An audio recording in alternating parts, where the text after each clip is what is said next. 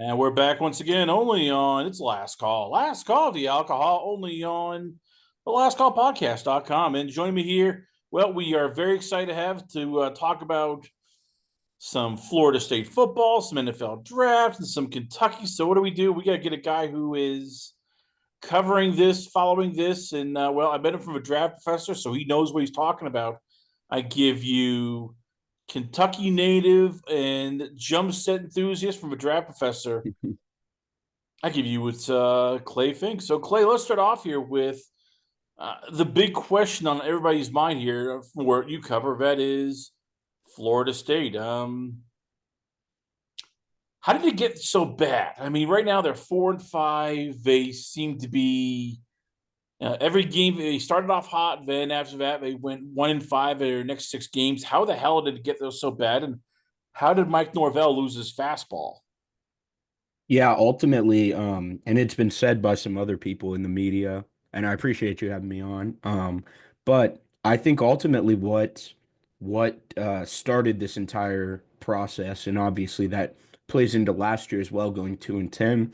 And additionally, the Orange Bowl lost 63-3 following going 13-0. Granted, I didn't put a ton of stock into that at the time because I knew that FSU was without at least like 17 of their starting 22.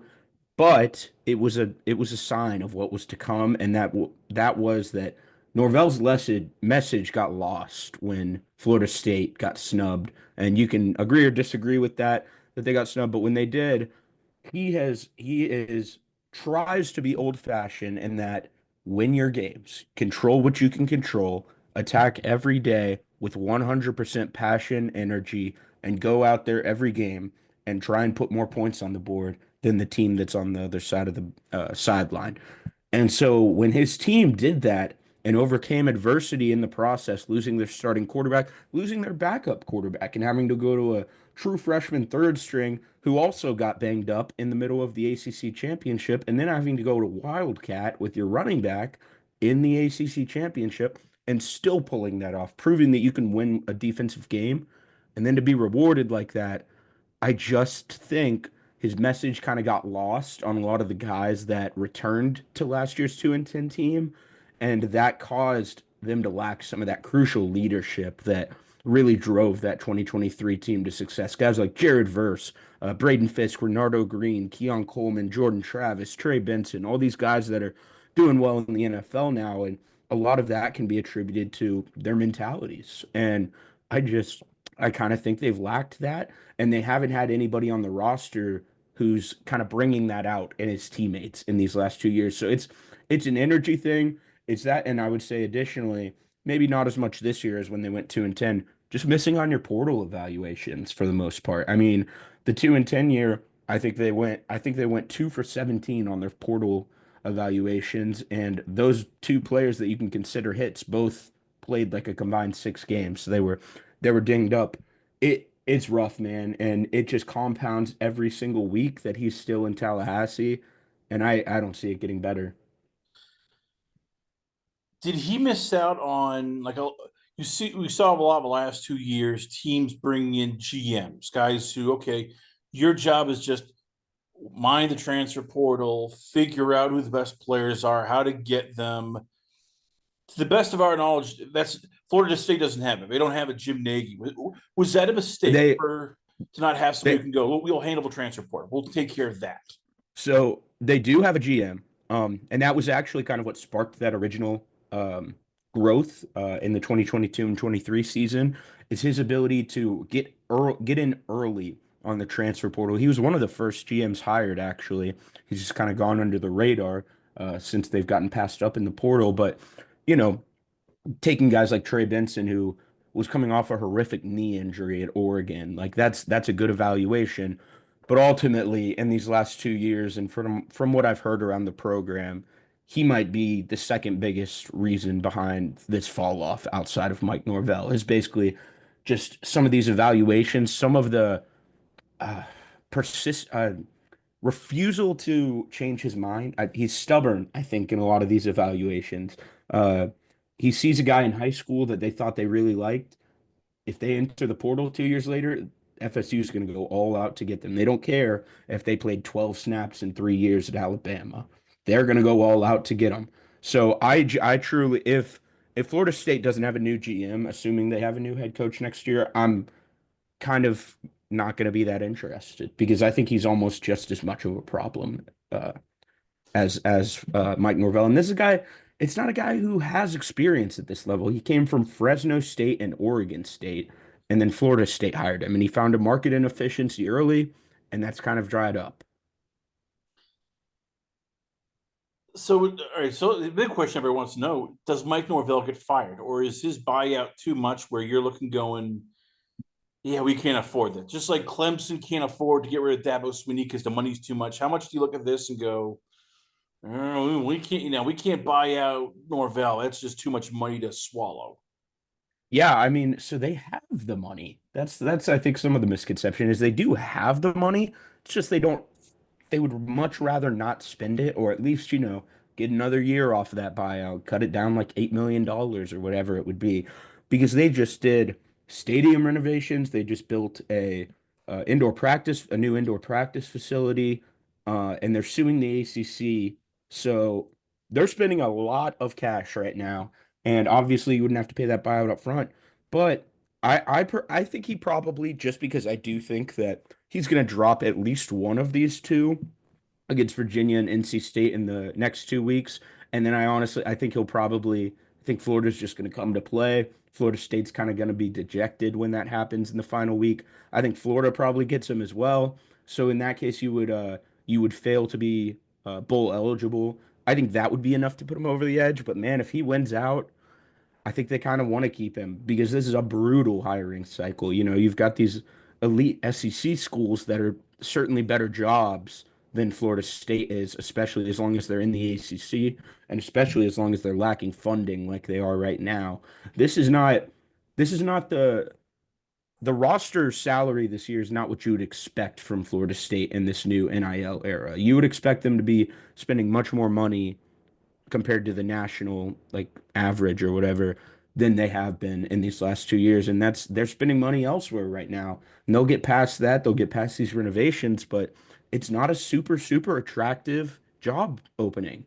When you have LSU, Florida, Auburn, Penn State, Ole Miss might come open. So I see the vision, but at the same time, I think they're kind of doing a disservice to the revenue of the program, the revenue of the city of Tallahassee if they do bring him back. Because if they didn't beat Alabama this year, I mean, the city suffered last year when they went 2-10 financially. Like people weren't coming in to watch these games. They just didn't care. They were checked out.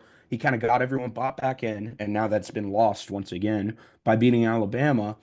But like it's bad for the economy of Tallahassee if they keep him around next year. And I think they'll realize that, but I wonder how much they value it in comparison to, saving an extra 8 million or whatever it may be and maybe getting a better coaching hire next year. But I'm kind of 50-50 right now, but I will say like if he wins out, I think they'll keep him. If he loses out, I think they'll fire him, but I don't really know about in between. You brought up the whole debacle where they got kicked out of the playoffs, and ever since that, they didn't get into the playoffs, the Final Four, and they've launched their lawsuit and everything. And I get it, but is there a plan? I mean, from the outside looking in, the SEC doesn't want to take any more people. They've sort of let it known, yeah, we're not sharing the pie. We have a big pie here. We don't want to give you any more money. So, like the Big Ten, same thing. They're like, well, I don't know if we want to give Purdue this, private equity money. So, like, if Yep. Florida State sues, do they understand? Like, there's nobody else. SEC My doesn't want them. Big Ten doesn't want them. Nobody yeah. wants to share the money. It's sort of like, yeah, we're free. Where do we go? I don't know. Well, we're free. I think, and I can't remember it's an academic accreditation that the Big Ten values a lot, but they're approaching getting that. And so that would be something that the Big Ten values. I think they're kind of hoping that if the Big Ten is willing to kick anybody out effectively, maybe it's Purdue, maybe it's Northwestern, these high-level academic schools that just don't quite contribute enough to the most valuable sport. Um, I think they hope that, with this new accreditation, they can kind of take one of those spots. But yeah, I mean, that's definitely a concern. Like there's a non-zero chance they leave the ACC and get stuck in the Big 12. Would that even be worse though? I mean, because then it's almost like, okay, we're in the Big 12. I think it'd be an upgrade, but How much of an upgrade? Enough to sue and get out of that? And probably not, man. They're spending a lot of money on this so, I mean, so suing, how and much? especially because the revenue wouldn't take a massive jump if you go to the Big 12. And So, that's one of their big concerns. so I guess that's the question. Before they figure out Norvell, how much do they have to figure out? Okay, what's the plan going forward? Because at worst, though, if we stay in the ACC, all it takes is one good recruiting cycle, and we're back in. There is no powerhouse anymore. There is Yeah. Miami's fractured. Clemson's in sort of their own hell. Louisville and Georgia Tech are very nice, but I mean, is there a group of Florida State people going, yeah, maybe we shouldn't leave the ACC because we go anyplace else, yeah, we'll get more money, but we'll be the dregs. We will be the ones who are getting destroyed. Here, we can be the kings, and when we get back, we are always going to be in that 12 playoffs hunt. Yeah. Well, one way I was kind of thinking about it is if you are, say, James Franklin, for example, and you're comparing the Penn State and Florida State jobs, Florida State can compete in the ACC every single year, no doubt, with good support and good coaching, good players, whatever. In the Big Ten, there's just some years where like Penn State can have an awesome year, and we've seen it. Like they're not going to win a Big Ten championship or anything of significant substance because they have those powerhouses. And now Oregon has joined. USC will get back in sorts and figure it out. They've got the funding, but that's a much tougher conference. And you're in the state of Florida. You have the talent around there.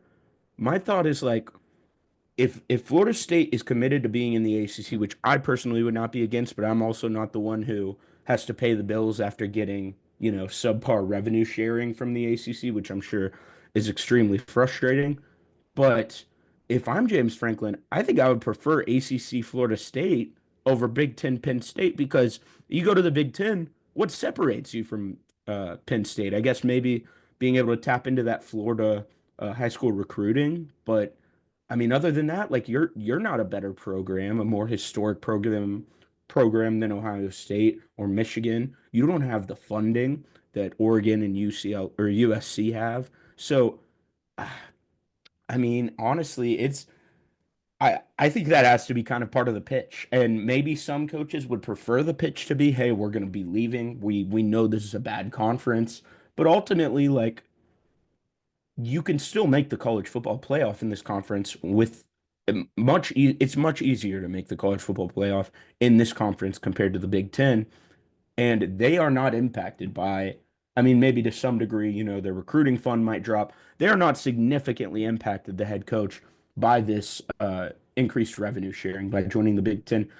I think one way or another, whether that's, we're working on going to the Big Ten or we're planning now, we've pivoted, we're going to stay in the ACC, that has to be a major part of your pitch to whoever you do end up deciding to interview. If let's say they get rid of Norvell this year, who would the targets be? Who would be the guys that they could realistically? Because there's going to be Florida State fans going, "We can get Lane Kiffin." No, I don't think he's coming here. No, no, Or hey, you know what? We can get John Summerall. No, I don't think he's coming here either. I don't So, think so either. give me some people that you're going, okay, this is who we could target. I mean, is John Gruden in there? Is it, as you said, is it James Franklin? Is there somebody in your mind you're going, hey, this could be the sleeper pick for the next Florida State head coach? Yeah, I don't know how much. Well, I think the top of my board, the first guy I need to hear say no, outside of guys like Lane Kiffin, Nick Saban, whatever stupid stuff like that, um, is James Franklin, and I know he has his flaws, but man, this program needs stability. They have been nothing but stable, or anything very far from stable in the last decade. And man, like we all saw what happened to the Nebraska program. That was once a very proud football program. Not anymore. Not anymore. You can fade away, and eventually recruits just don't really care that much that you won a title however many years ago. And I think James Franklin can bring you that stability in the ACC. Stability for Florida State should look like not ever going under 8-4, maybe even 7-5. That has not been the case under Mike Norvell, obviously. I don't know how he's done it. It's genuinely hard to believe that he's brought Florida State to this position. But I think you have to have James Franklin say no. And I know that frustrates a lot of Florida State fans because, as many Penn State fans agree, they feel as if he doesn't have the national championship ceiling. I would probably agree as well. I don't think that's what you need to be shooting for on this next coaching hire. It needs to be about stability. Additionally, I don't really know if this is like a sleeper because he is a FSU alum, Manny Diaz. And I know a lot of people might not be huge fans of that because FSU fans watched him kind of fail, I guess. He wasn't even that bad at Miami, but firsthand watched him, get fired at Miami. And but he's been doing good stuff at Duke, and I don't know. I'd be a fan of Manny Diaz. I think he's been recruiting well. He's Duke's freshman class. I don't know if you've seen. They've got a couple of studs that are playing legitimate snaps for them. Their starting running back is a true freshman, one of the best backs in the country. So he can identify talent. He he does have a bit of a unique defensive system, but I think that's fine. I mean, it doesn't really matter. You can recruit the guys to fit that system at Florida State. And he wants it. I know he wants it because he's an alum. He's kind of said under the radar before that he wants it. Duke obviously doesn't have the most financial resources. Granted, they did just pay however much for Darian Mensah to come be their quarterback, but you kind of see the ceiling. I mean, they lost to they lost to UConn this week. So is that a guy who's maybe not a sleeper, but maybe a more realistic option? I think it probably is. Let's talk about the other lightning rod for criticism in Florida State, and that is this man right here, Tommy Castellanos. Started off great in the Florida State game. He sort of trailed off, and now you're going, he already has more interception he did last year. I believe he's 11 touchdowns, 8 interceptions. People are going to ask, so I'll ask this question: why him? You could have gotten a lot of the better players in the transfer portal. This is now the second QB. People are probably going, why him? Like, why couldn't you get Cam Ward instead of DJ Uglialela? Why couldn't you get Darian Mensah instead of Tommy Castellano? Why couldn't you get freaking Chandler Morris instead of Tommy Castellano? Like, there's going to be people who are going to look at the GM and also Florida State's AD and go, how is it you guys have screwed up a quarterback position for the last 2 years? So I'd actually kind of argue that I kind of think they made the right move, actually. Just because they hired Gus Malzahn, what's his MO? Rushing quarterback, take the deep shot every once in a while, but ultimately we don't want you dropping back more than 25 times in a game, ideally. Um, and really, I mean, Tommy, he's had his best year by far. He's converting on the deep shots. I'm saying this coming off of, in my opinion, by far his worst game of the year. 52% completion, 5.7 yards per attempt, one touchdown, one interception. He fumbled, but I think they did fine. Ultimately, what's killed Tommy in this year, and he's connected on those deep shots at a way higher clip than I expected. Some of my former coworkers wrote articles this summer about like Tommy is the lowest graded deep ball thrower in the country over his 2 years at Boston College. And then I don't know if it's quite sustained, but he's one of the highest in the country this year. So he's exceeded my expectations for the most part as a passer. There's some inconsistency, definitely, and the accuracy is not perfect, but that's kind of ultimately, like you brought up Darian Mensah. I think this is a coach who knew one, I'm on the hot seat. I need to get it right. And two, I have to replace my entire offensive line in the portal, all five guys. So I can't go and break the bank, spend 4 million or whatever they're paying Darian Mensah or whoever else, um, and then have to go build my offensive line afterwards. It's not realistic. But I would say I would have liked them to get one of those like under recruited guys, like Nestamaker or something like that, or Chandler Morris. But I just think the fan perception was such a big deal in this offseason that like you go get a group of five quarterback, man. It's going to be a lot of criticism for the entire offseason, I think. So I think Tommy ultimately is not the problem. He was probably the biggest problem this week in their loss against Clemson. That was ugly. He missed a lot of easy ones. But I mean, I wouldn't even put him close to the same category as DJU. He was just horrendous, and that was a horrific misevaluation by the staff. The other thing that Tommy brings is like I said earlier that this team lacks leaders and stuff, and it does. Tommy's kind of a front runner. He really only wants to be a vocal leader when FSU's playing well. But when FSU is playing well, he is a leader. So like that does exist. That is helpful. DJ doesn't talk if he doesn't have to talk. Like he's quiet. So that I think is probably why they beat Alabama, to be honest. Having Tommy go out there and say those comments about Saban and whatever in the offseason and then kind of stand on business early in the game might have like sparked the rest of his team. And that wasn't something he had with DJ. So I would say there's a lot more pressing issues with Florida State this year, but especially coming off of this game, it's a rivalry game. Tommy was one of the bigger issues. He had his worst game of the year. Like I'm not totally stunned that everyone is sick of him. And I do wonder, he's also banged up. He is clearly not the same runner that he was against Alabama. I do wonder, like, is there a point this year where like you just go to the backups, the younger backups, and see what they can do? Not that Tommy's the issue, but at some point, what are we playing for? It's why are we relying on Tommy this heavily uh, when the season's lost? So I wouldn't put the blame on him, but I do kind of question every week, like, man, why are we trotting him out there to get killed again? He's going to run into contact. He's taken some huge hits this year, but I have a lot of respect for Tommy, to be honest, a lot more than DJ. Not that DJ is a bad guy or anything, but he's put it all on the line, I think, for FSU this year and tried his hardest, even if he's had some poor games. There's fans of it are going to go like, and here I get it. Okay, you can't compete with Alabama, Ohio State. I understand that. Explain to Florida State fans because they're looking at this here and they're going, wait a minute.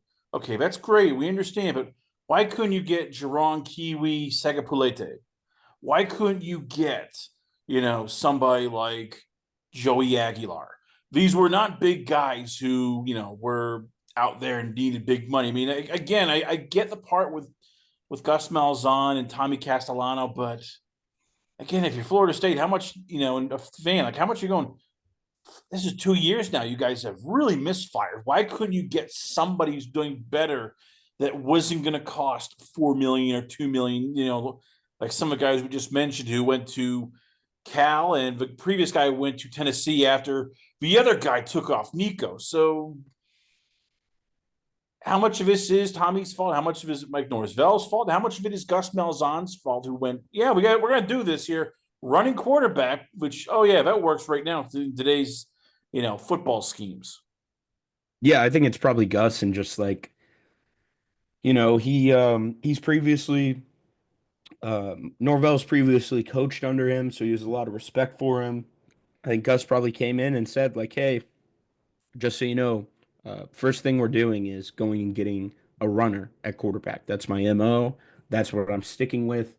I'm old. I don't really want to adopt a new offensive system at this point in my career. So I think that's probably what it is. And the affordability. He's making 800K, which is not as much as DJ was making, and not as much as most of the top quarterbacks are making. Probably less, honestly, than the two guys you listed, Jerron and uh, Joey Aguilar. To be honest, not maybe not by much. Not that those guys are getting paid like 2 million plus. But So I just got to interrupt. How bad has that been for a Florida State fan? Where we're like, so Cal can spend more money on a quarterback than we can. Cal, not Florida, absolutely no, not yeah. yeah. I mean, that must just send Florida State fans like, what the hell? The president needs to be fired. We need to change things here. So how the hell do we get outspent by Cal? Yeah, I mean, honestly, that probably falls more on the AD because he's the one who signs off on all these renovations and whatnot and things that cost so much money. And Mike Norvell's contract extension when Bama was supposedly calling. Um, I just think, and also maybe a lack of commitment to Norvell and his staff following the 2 and 10 year. Just, man, do we want to go out there and spend all this money on a quarterback? Granted, they ended up getting there anyways because they have like a 20+ million dollar roster. But yeah, I think I wonder if they even had the sign off from management, basically, saying, "Hey, you're good. Just go sign whoever you think you want." Or if they told them, "Listen, like we don't trust you to go spend the big bucks on some guy who you have to bring in and get acclimated very quickly." Could we see a whole changing of the guard with all this? I'm not just talking Norvell, Gus Malzahn, Tommy Castellano. Could this cost the AD his job, where the president of Florida State just goes, "I got to sweeping changes all around. I got to fumigate the whole. As I say, I got to fumigate the house and just get rid of everybody and bring in all new people." Absolutely. I'm a fan of the AD in general. I think he's a good guy, and I think he's made some really impressive hires up to this point. Florida State women's soccer is historically really impressive, and their coach retired. He made an awesome hiring. They've won 2 national championships. Basketball looks great. Baseball looks great. So he's made some great hires outside of football. The only thing you can really knock him on up to this point is the Norvell contract extension, but what are the optics of not extending Norvell in that situation? Coming off 13-0, you can't not extend him. So I don't really hold that against him. However, what I do hold against him, you lose at Stanford and you put out a statement the next day saying like we are still in support of Norvell. We're going to reevaluate the situation after the season is over. I think he fired himself by putting out that statement. That tells me that you are unserious about Florida State football, the standard that Florida State football has, and the standard that fans expect, because this is not the standard, and you're not doing anything about it. You're just saying, hey guys, I know you pour in all this money to the program, you buy tickets, you come down to Tallahassee all these weekends out of the year, support the local economy. How about, 5 more games of watching this terrible, terrible product? It's just disrespectful.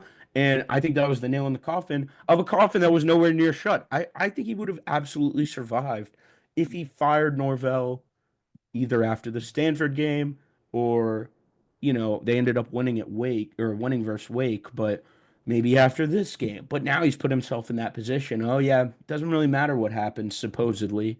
We're gonna wait until the end of the year to reevaluate. Speaking of firing hot seats, we got to talk about Mark Stoops. Every year he survives, and every year there's probably Kentucky fans going, "Why? How did he survive again? How? What does he have? Does he have tapes of the governor with sheep and let's say a one-legged prostitute? How the hell does this guy keep keeping his job when the football team keeps getting worse and worse and worse? And now this might be the second year that they don't make the bowl game. So again, how the hell does he keep his job, and why is he still here? Yeah, I mean, there's I love Mark Stoops. The time has obviously come. I'm ready to move on, but there's no better coach in the country than Mark Stoops with his back against the wall or with his butt on the hot seat. Uh, Consistently, time and time again, he's gonna win one that he shouldn't win, right when things are truly, truly heating up. In this case, 2 in a row.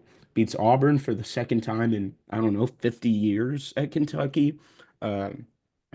Dominates Florida in front of the home crowd. to go 4-1 in his last five against the Gators. He's just really good in this situation, man. He knows how to get himself out of it. He knows that if he gets to 6 wins, contract extends another year. Ultimately, I think the reason he hasn't been fired is that contract. Stoops is the only coach in the SEC, possibly the Power Five. I haven't done the full research, where his entire buyout is due within 30 days of firing. Additionally, he has the 11th largest buyout in the country. Is he a top 11 coach? I wouldn't say so. I love Mark Stoops, love everything he did for my program, but yeah, man, his agent is a master. I don't know how else to put it. They're in a tough spot because you're investing a lot of money in the basketball program. Baseball programs kind of coming on. You got to support them financially. Do you really want to shell out $38 million to move on from Stoops? And every time he wins one of these games, man, he buys himself just a little bit more time, just a little bit. And I will say, like, it looks like he got these guys bought back in. I was kind of questioning the commitment earlier in the year, certainly last year. I think he got these guys bought back in. Just the way they talk about him, and we'll see if that goes away if they lose. That's what's happened for FSU. They were talking very highly of Norvell after the Wake win. Didn't see any of that this week. I don't know. Maybe they're kind of front running like FSU. I don't know. But I just don't know what they can do unless they have that money to commit to paying for a guy to not coach for your program up front. $38 million, man. Like it's a lot of money to pay within 30 days. And it's a guy that just like I really think they're holding out hope that he figures it back out, gets back on track, maybe not to his 2018, 2021 teams, 10-3, but just 8-4, something like that, 8-5, 9-4, whatever it is. And like, I don't know. It'd be so great for him to go out on a good note. I would hate to have him fired. Granted, I'm ready for change. I wouldn't hate if he's fired, but I would just, looking back later in my life, I would hate that that's how it ended.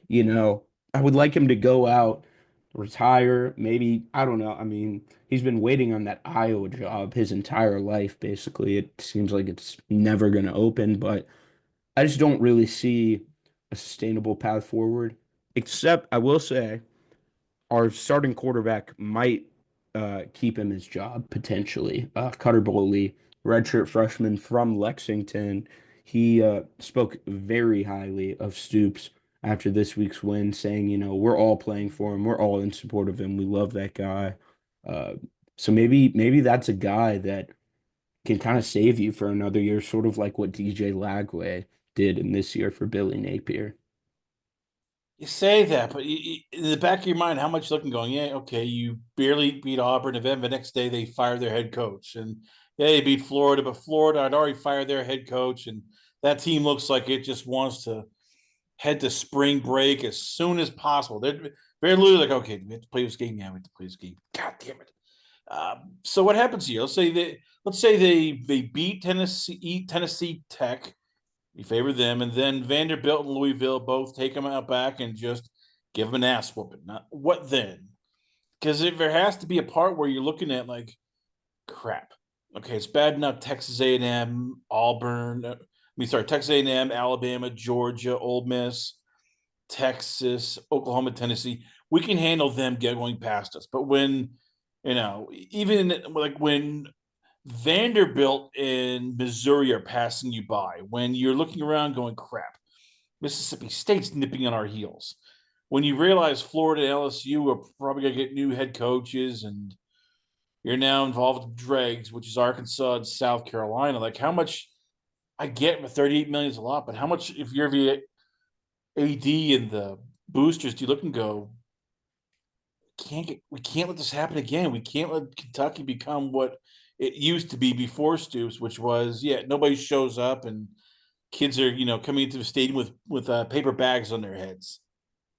Yeah, no, I mean that's absolutely a concern. I think they know that.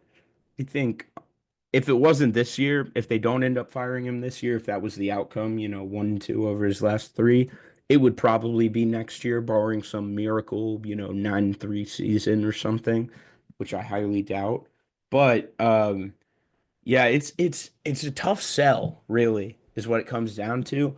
I would be in favor of them firing him for many reasons, but one of the biggest is you have basically one shot at a guy in John Sumrall at Tulane because I doubt he's at Tulane next year. He's going somewhere. You have one shot at Tulane. You actually had this shot 2 years ago, um, when Stoops almost went to Texas A&M. I wish he did in hindsight because we probably have John Sumrall right now. Uh, you have one shot at getting like a high end coach because, man, I said it's tough to sell, Penn State being a consistent third in the Big Ten. It's even harder to sell being 14th through 16th in the SEC, especially when you know that you probably have the lowest percentage of your revenue sharing allocated to football in the conference, just between basketball, women's basketball, baseball. Um, I mean, I know they allocate the highest percentage of revenue sharing to basketball of any team in the country. So they definitely are not applying their funds to an SEC standard. It's a tough sell. So you have one chance, I think, and I think that's this offseason. You have an alumni who's a rising superstar, in my opinion. I'm unbelievably high on John Summerall. I think he would consider it. I don't know if he'd take it over Auburn or Florida or whatever else, but I think he'd consider it. And I think you just have to take that gamble because what's the alternative? You just hire somebody else. Okay, well that's a fresh start. That's not Stoops. Fans are no longer checking out. It brings new energy to the team. So I think they probably have to move on because I don't know. I don't know what the path forward is. Obviously, they'd run it back next year and probably fire him after, but is that something that the fans are going to get excited about? It's the Mike Norvell conversation again, basically. Does there need to be a come to Jesus moment with Kentucky Wildcats athletic director where he has to look around and go, Mitch Barnhart, and go, yeah, we gotta take money off the basketball teams to put up a football team. Like if they want to be competitive and they're looking around and they're going, yeah, we are getting outspent by everybody. It is does Mitch Barnhart have to have that come to Jesus moment where he goes, look, basketball is second, football is king. It is everybody else in the country understands that except us. Like we need to start taking some of the money from the basketball team and giving it to the football team. I kind of don't think so, to be honest. UK is like one of I think two. I think it's just them at Duke, if I'm not mistaken. Kansas was in this group for a while that makes more revenue annually from basketball than football. And unfortunately, like I'm a football guy. I love football. I also love Kentucky basketball, but I think in this new era, you can't just win all the time off of strong evaluations. You can't just, oh, wait, we found two-star Josh Hines Allen, packed 50 pounds on him. Now he's the National Defensive Player of the Year and the number 6 pick. Because that guy is going to get paid $1.5, $2 million to go play for Georgia after year three. And that's just the state of it. If you're Kentucky, you're not, if you still want to uphold the standard in basketball, you can't be a football school first. You just can't be in this NIL era. And it's unfortunate because I do kind of think that we probably saw the peak of Kentucky football when Stoops brought the team to 10 wins twice in the span of 4 years. So it sucks. I think the AD needs to have a come to Jesus moment about a lot of other things, but ultimately, I kind of just think that's the reality of what it is, man. Like basketball is actually the moneymaker for UK. Football is an awesome, I don't want to say bonus that undermines it. It's much more valuable than a bonus, but when they're good, it's very beneficial. But ultimately, like basketball is the one that's going to have a consistent fan base every year, consistently be able to compete just off program pedigree and whatnot. And the SEC is picked up in basketball, but you're still the gold standard, and you're what, either the worst or second worst program in the SEC, you or Mississippi State. So it sucks, and I love football. I love Kentucky football, but Because critics are going to point to this, and this is the one that if I'm a Kentucky basketball guy, I'm worried about. They'll go, well, wait a minute, Indiana did that. They sunk a lot of money into football. They used to be the dregs, and Indiana basketball was God. Now all of a sudden, Indiana football is becoming a number three program in the country, and you're going, football makes more money. Football brings in more cash with TV contracts. Hello, football. Goodbye basketball. Like if you're a Kentucky football supporter, how much do you go to Mitch Barnhart and go, look, Indiana did it. Why can't we be Indiana? Why can't we be the team that shocks Oregon, and in this case, Texas? We spend a lot of money. We make more money. Next thing you know, we are running the SEC. yeah, I know Indiana's a big basketball state. I just think it's different. I think it's different. I think if it came out that they were supporting the football program over the basketball program, there are no Kentucky football fans. There are Kentucky fans and Kentucky basketball fans. I would consider myself a football fan, I guess, just because I care more about the football program than most Kentucky fans. They would lose their minds if they found out that UK was sacrificing basketball funds for football. They just would. It just doesn't mean as much to them. I think a lot of them understand that it's more valuable and we're in a football conference traditionally. I think they would lose their minds, and I think they'd love to be Indiana, and I've seen like people say that are UK fans on Twitter or whatever. Indiana did it. Why can't we? I think we kind of did. I think we kind of did. And Indiana, the Big Ten is awesome. The Big Ten is not quite the SEC. It's a little bit different. It's a little bit different. Kentucky can compete with some of these teams, and they're one of the bottom three teams in the program. You know, there's a difference between Kentucky and say Purdue. I guess Purdue just had a close game, but relatively close. But it's I think most fans would take, unfortunately, the basketball financial commitment over the football. So last topic, last question on this, we let you go. Is that smart overall for Kentucky? Because again, football owns a day of the week.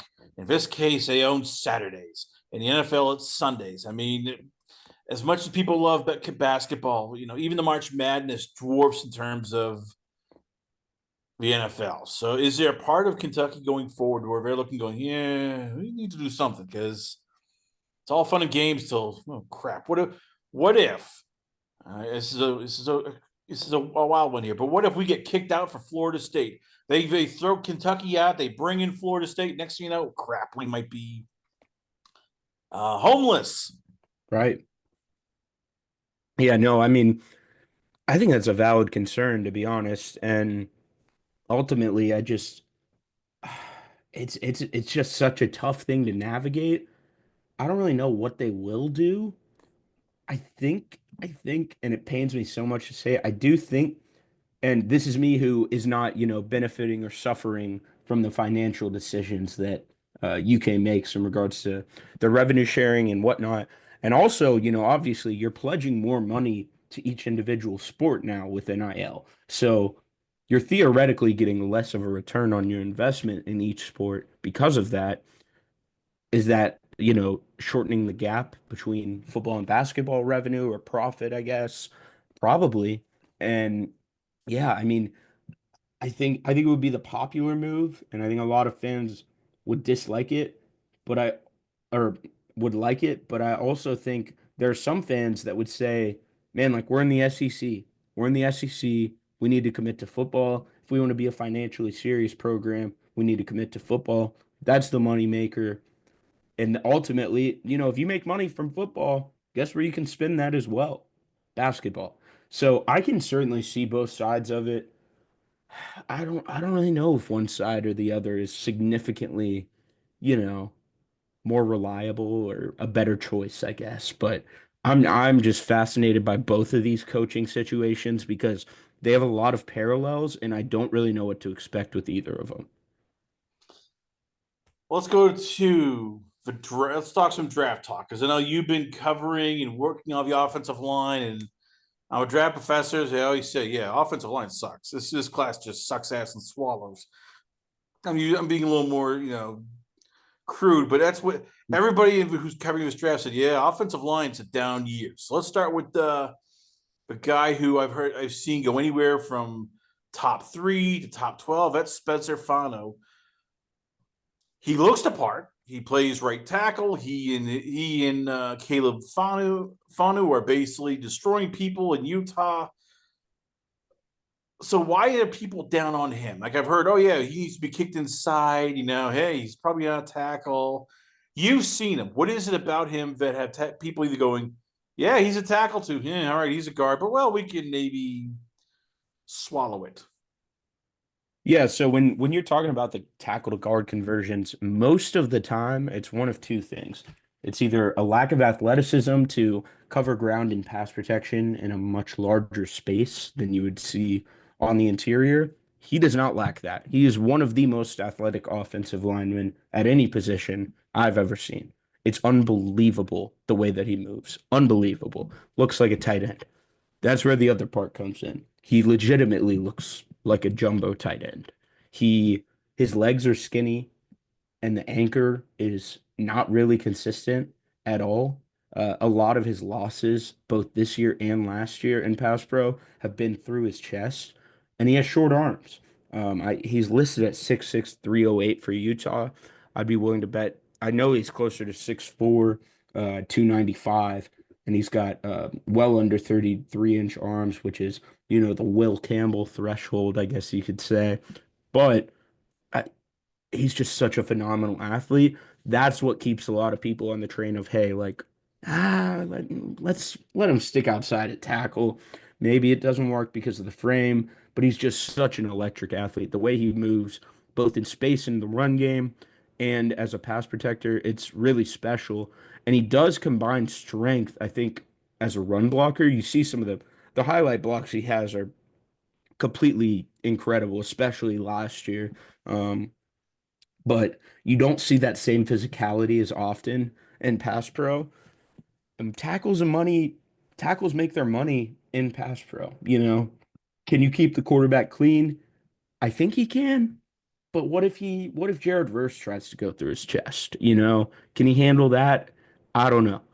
I ultimately think, and I had said this early in the summer, got some pushback, and I kind of was rethinking it. I think his best fit would be center personally. Just you don't need quite as much lower body strength at center compared to guard. Uh, the athleticism, a lot of teams like to pull their centers, especially if he goes to the right scheme. I think center would be the best position, but he seems like a really smart guy from all the interviews I've seen, just the way he picks up stunts. This is my offensive line, number two offensive lineman in the class, um, behind his teammate Caleb Lomu on the left side, who I've heard, unfortunately, is more than likely going to return to school. But it's one of the best tackle tandems I think I've ever seen in my entire life at the college level. They started off a little slow. Both had a bit of a rough game against Texas Tech, who doesn't, but they figured it back out. Only 5 pressures allowed, no hits, no sacks for Spencer Fano this year. How much did that hurt him? The Texas Tech game where people saw him, and especially myself, as I said, he and Vanu looked like they got put on ice skates against Romelio Height and David Bailey. Now, granted, David Bailey I have as my DE1, and he's just a freak defensive speed rush guy, which you're hard to find those guys in the SEC, let alone the Big 12s. But for NFL scouts, how much do you think that hurt them where they were looking at the Bailey game and went, oh, all right, this isn't good. If he has having problems with David Bailey, what the hell is he going to do when he takes on like Jared Verse, Miles Garrett, Harold Yeah. Landry, and guys who are also fast and a little bit bigger and stronger? No, absolutely. I mean, it kills him, to be honest. And I think honestly, if Lomu struggled significantly more, I think, than Fano did. But Fano was facing more of Bailey, while Lomu was facing more of Height. I guess that's a little bit of a better matchup. Bailey's more of a speed rusher than Height is. They both are, but I mean that is just an unbelievable duo as well. It hurts them, man. Like I think if Lomu returns, that game is probably why. Like I think it tanked his grade because you look at who they've played. UCLA, FCS Group of Five, Texas Tech, three pressures allowed for Lomu, one for Fano. I think it was higher originally. Then we've got West Virginia, Arizona State, BYU, Colorado, Cincinnati. Is there a single NFL defensive lineman on those teams? I don't think so. I don't think there is. So it's very harmful for their draft stock. I think that I thought at the time, and now in retrospect, since none of these other Big 12 pass rushers have popped, I thought that was probably the biggest positional matchup of the year at the time. I would say that's still the case. Utah better pray that BYU drops another game so they can get, or Fano and Lomu should pray that they can get into the Big 12 championship against Texas Tech, get a rematch, because otherwise, that's all you put on tape against NFL guys all year. And neither of them really even met expectations. I would say Fano played below expectations and Lomu was downright terrible. And that's my number one offensive lineman. So Let's go to the next guy. That is Francis yeah. Munginoa. So he's the toughest guy I have. But a lot of Miami guys have a tough time grading because they look the part, they're athletic. I get it. And then you start looking, going, well, who's Miami played? Like Louisville is nice. SMU's pretty good, but I mean, and maybe this is maybe I'm just down on the ACC overall. But when you're grading, Muinoa, like, is he a good tackle? Is he a guy who is feasting against competition? Which you're going, man, there's not really a top three round defensive end that he's played against. No, absolutely. I mean, basically the closest thing he's seen is probably Louisville's what's his name? Clev Lubin, I think is his name. He's racked up a lot of pressures this year, but I don't think he goes top three rounds. So he really hasn't been tested. Despite that, I mean, he's got much worse pass pro numbers than those Utah tackles. Two sacks, not bad by any means, to clarify. Two sacks, two hits, eight total pressures. I kind of think that Francis, much like Fano, might be a guard, or might be an interior guy. This is a guy that I would really want to see fail at tackle much more than Fano. I'd be open to just, bring in Fano, kick him to center, let him learn to snap the ball. Let's see it. This is a guy like he has most of the prototypical tools to be a tackle. What he does lack, however, unlike Fano, he does similar to Fano, he does also lack arm length. He's got sub 33-inch arms despite a bigger frame. He's closer to an actual 6'6". What he does lack is the foot speed at times, and that kind of shocked me because this is a guy who ended up being the number one offensive tackle out of high school over Caden Proctor. So to see, and that's another guy who's kind of lacking the foot speed, but I just question the ability to play out on an island. And one thing that I always kind of find interesting, I've been trying to track this a little bit, is, I don't buy into the whole left tackle is more valuable than right tackle thing, especially these days. I've seen studies done by PFF and other sites like really it doesn't make much of a difference. These quarterbacks are scanning the pocket so efficiently, but almost every top tier offensive line recruit plays left tackle in high school. Francis came in and immediately kicked over to right tackle. Did Miami have a draft pick at left tackle? No, they did not. So that kind of like, maybe that's just because they were confident in the guy they had at left tackle, more of an opening at right tackle. I find it interesting because I know so many college teams love to have their best guy at left tackle and they want to flip him over there. I find it a little surprising that he is yet to flip over through 3 years. And they have an even more prototypical build at left tackle in Markel Bell, who's all of 6'8", maybe even 6'9", with the longest arms in this upcoming draft class, 350 pounds. and moves well. So that just kind of makes me wonder, like, do they have 100% trust in Francis? Like, is there a reason? Is there a secret reason that in year three, this former top six recruit, number one tackle in his class, is still playing right tackle after playing left tackle in high school? That gives me a tiny bit of pause. So I'm going to fire back here. I mean, I hear this, but as you said, he's still a big guy. He Yeah. still is pretty athletic. Yeah, the feet aren't. If I'm, I guess if I'm an NFL GM, like at what point do I go? Well, Anthony Munoz isn't walking through his door, ladies and gentlemen. Tony Baselli is not walking through that door. This is what we got. So, at what point, if if Munioa, if Fanu, if they have issues, like at what point do you just say, look, we're going to draft him, and this is why we pay these offensive line coaches big bucks so you can fix them. I mean, otherwise, what are we doing? We're going to wait for the next. Are we going to clone Anthony Munoz, and hopefully this guy has Anthony Munoz intelligence? Like, how tough is it right now when you're looking at these offensive linemen? And okay, we see the flaws, but that's almost every tackle seems now coming out of a draft the last 3 or 4 years. No, I mean, and it's Unless kind you're of been Joe Wall, then highlighted. all of a sudden that's like the unicorn that falls out of a sky. Mhm. No, you get like a Joe Walt every couple of years. And that's about the closest we've seen to that in recent years. I think we've seen it. I mean, tackles are flying off the board, and really teams don't seem to care outside of Peter Skoronski a few years ago.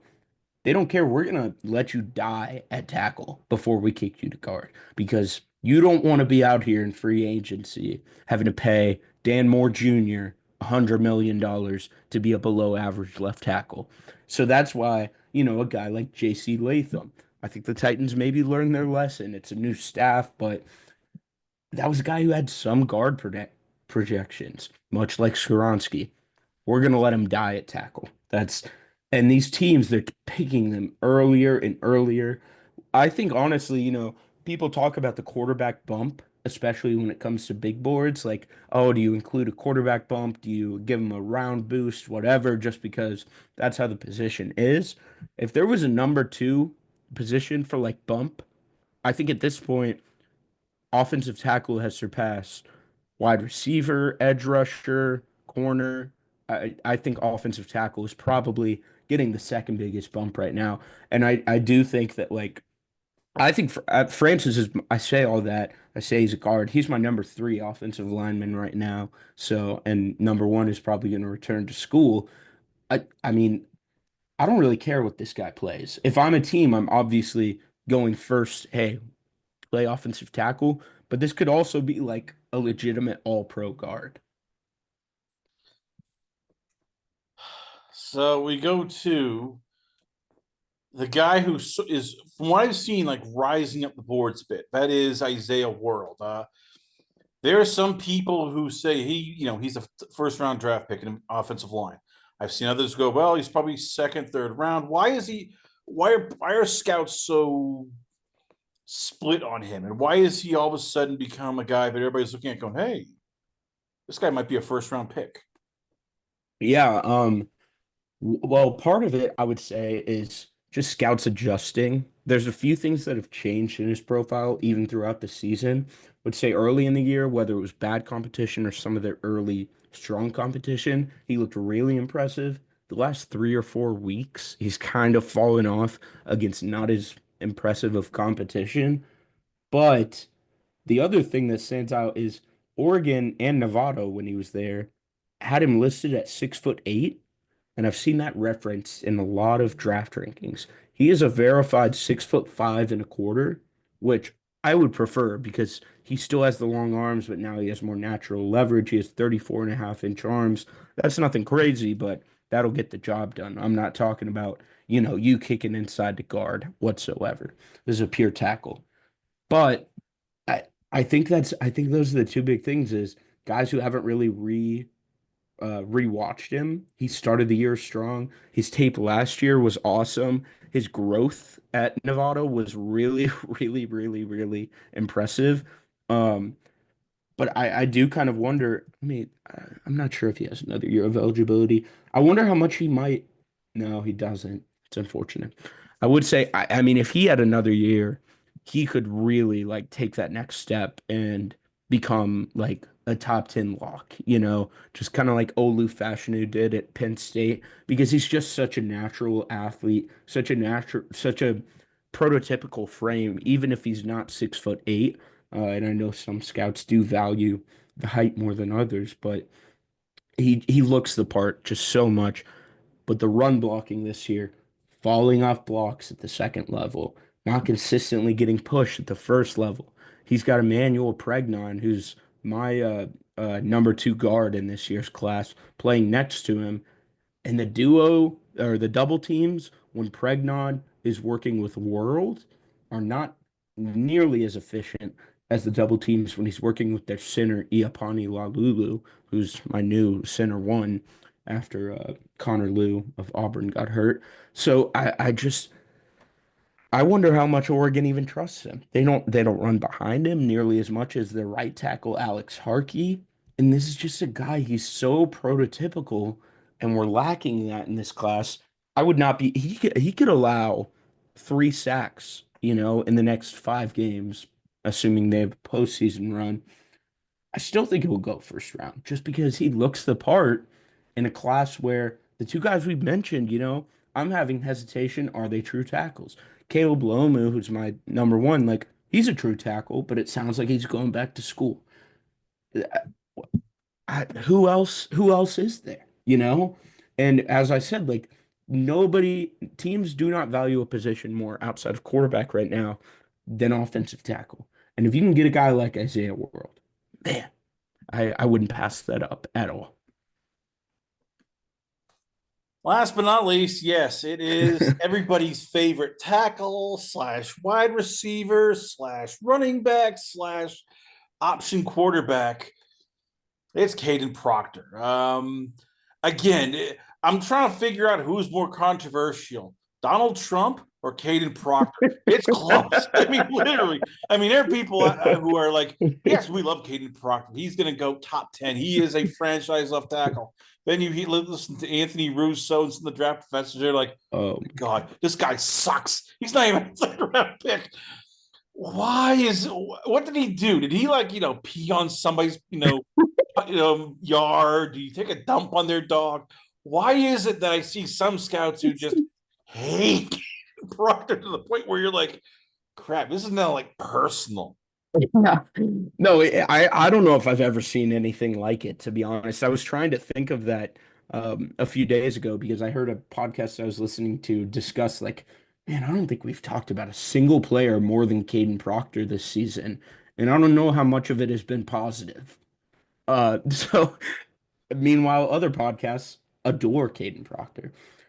He is an acquired taste, I guess, maybe is the best way to put it. He You just have to recognize. Also, quick shout out. The play calls for him carrying the ball, one of the best things that's happened in this college football season. Love it every time, always. Come on. He is so impressive as a run blocker and so impressive in a linear plane, like with his foot speed. He can get vertical, get downfield very quickly to execute a pull, anything like that.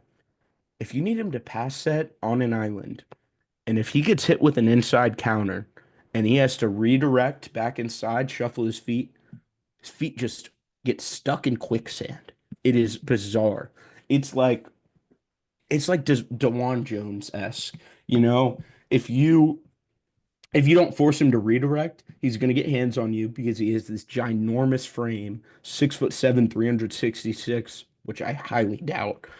In Caden Proctor's case, that guy's probably like 390 if I had to bet. But these long arms, huge hands, if you get in their frame, the rep is over, you know. But defensive ends are keying in on that at this point, and it seems like they've realized, like, hey man, like let me just hit one counter where I cross his face in this game, and he can't do anything. And then throughout the rest of the game, he's going to be undersetting because he's worried you're going to pull that back out again. Proctor's after, I mean, I watched it firsthand. He gave up 6 pressures and a sack, his only sack of the year against Florida State in the opener. He was getting bullied by true freshmen, 3 stars in their first game for Florida State. And it was the worst game of his career. And this is a guy who allowed 12 sacks as a true freshman. Like, that was the worst game of his career. So that's saying a lot. Since then, 9 pressures allowed in 9 games, but that's he's got what is this? 6 in his last 5 games. So it's not like pristine. It's not on the level. And granted, he's in the SEC. He's facing tougher competition than guys like World and the Utah tackles, but and Maui Noah. But you would like that to be a little cleaner because I said DeJuan Jones is the comp. DeJuan Jones was so good at baiting defensive ends into doing what he wanted them to do. I want you to try and go through my chest, you know. I'm going to underset just a little bit, force you to go outside. I'm just going to throw you on the ground. DeJuan Jones had one of the highest or one of the best pressure rate seasons in PFF history in his final year at OSU. 5 pressures, no sacks, no hits. Um, that is not the case with Caden Proctor, and I just don't think he has the IQ to really maximize his skill set right now in pass pro. And it sucks because this is a guy, much like Francis, who number 2 recruit in the country. I think he was 1 spot behind Francis overall. And I just question, like, are you a tackle at the next level?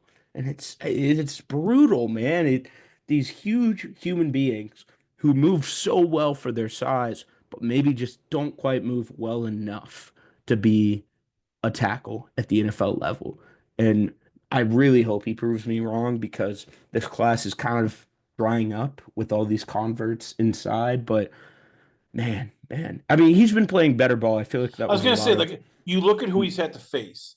yeah, Patrick Payton, probably anywhere between a third to a fourth round pick. He's had to play Damon Wilson Jr. and Zion Young. I've heard second to Dylan third round Stewart. picks. Yeah, Stewart, he's had to play. He'll play against R. Mason Thomas, who a lot of people now have as a first round pick. He's had to play against even Robinson from Florida State. He's had to take on Quincy Miller from Georgia. I mean, it's not like he's playing, a bunch of crumb bumps here. So how much do you put that in? Like, okay, yeah, he's struggling at times, but this is all these guys he's going up against every game. I'll probably be the NFL. A lot of them will be stars. Like, unlike Fanu, unlike World, unlike Mungio, or even Garrett Derricker, like, he is playing elite level talent every week. There's going to be struggles unless you are, again, unless you're Joe Walton, you're just that once in a lifetime tackle. Oh, I put so much stock into it. Let me pull up, but the guy that comes to mind when you say that is Will Campbell, because obviously he's proven many people wrong, including myself, who doubted him, not only just for the arm length, but I questioned, this is a guy who's gotten all this hype. The pass production numbers were not consistently amazing. 18 pressures his final year, 17 the year before, 14 the year as a freshman. He was not a consistently productive player. But then you look at the SEC rankings instead of just looking at that from a national scope. These are both guys who are some of the better pass protecting tackles in their conference, and it's kind of unfair to put them up against guys who have one singular game against Texas Tech and no other game are they facing an NFL pass rusher. You have to put a lot of stock into that. That's a learning experience for me, I think, as Will Campbell. Just I was worried about the arm length, but I was worried like he's being touted as this stout pass protector. Like the numbers do not reflect that in his time at LSU. And I think obviously I've missed so far. Campbell looks awesome for New England. I really have to factor that in more going forward because, just because he doesn't have less than 10 pressures allowed this year, like these other guys we've discussed, he's facing significantly better competition on a week to week basis. And like even guys who aren't even juniors, like Dylan Stewart might be the best pass rusher he's seen all year. There's no Dylan Stewart in the Big Ten, ACC, Big 12. You know, I guess David Bailey is about as close.